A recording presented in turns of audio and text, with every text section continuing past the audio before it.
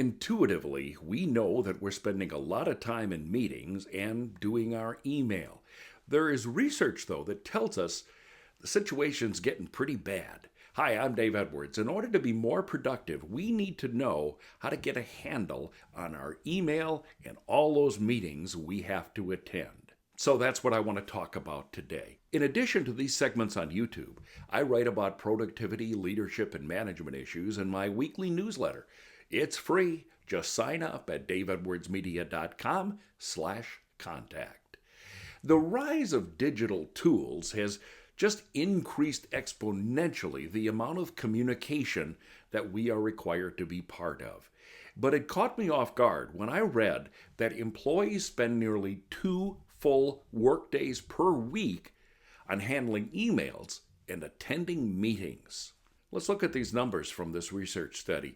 Employees spend an average of 8.8 hours per week reading and writing emails. Time spent responding to non-urgent emails clearly reduces focus on deep work. And as for meetings, employees log an average of 7.5 hours per week in scheduled meetings.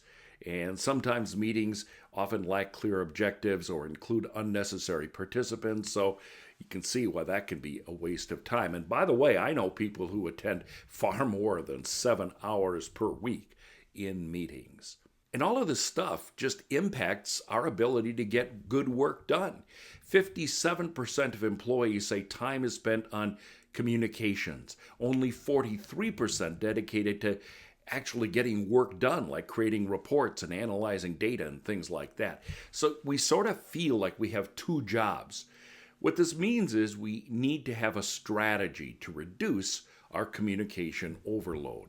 Now, some companies are trying to help their workers. Slack and Dropbox, for example, have implemented structured communication practices where there's designated focus time with fewer meetings and reduced notifications. Calendly, for example, has meeting hour restrictions. They allow for core meetings to take place between noon and 5 p.m., and that means your mornings are free to actually get work done. As a result, employees have more uninterrupted time for deep work. As far as meetings should only include necessary participants. Now, every meeting should have a clear objective and an agenda.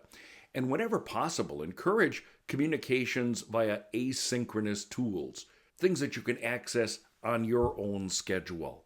Written updates or recorded messages are helpful instead of going to meetings that are mostly informational anyway. And allowing employees to respond at their own pace instead of expecting instant responses. So you might want to consider setting boundaries for your digital communications. For example, you can begin reducing unnecessary emails by limiting reply all responses. You can encourage quiet hours where you're not expected to respond immediately, and see if your boss will go along with that for the whole department. And consider using collaboration tools efficiently, sharing documents instead of those long email chains. We need more time for focusing our work because deep concentration is absolutely important for productivity, creativity, and problem solving. I mean, without dedicated time for focused work, we often find ourselves just working longer hours to compensate for that lost productivity, leading to stress and to burnout. We owe it to ourselves to not only be aware of the challenge, but to find better alternatives that will work for us. If you've got some ideas on how to reduce the time spent with email and in meetings, leave a comment below. I'd love to read them, and maybe I'll share them on a future episode. I'm Dave Edwards. Thanks for joining me today.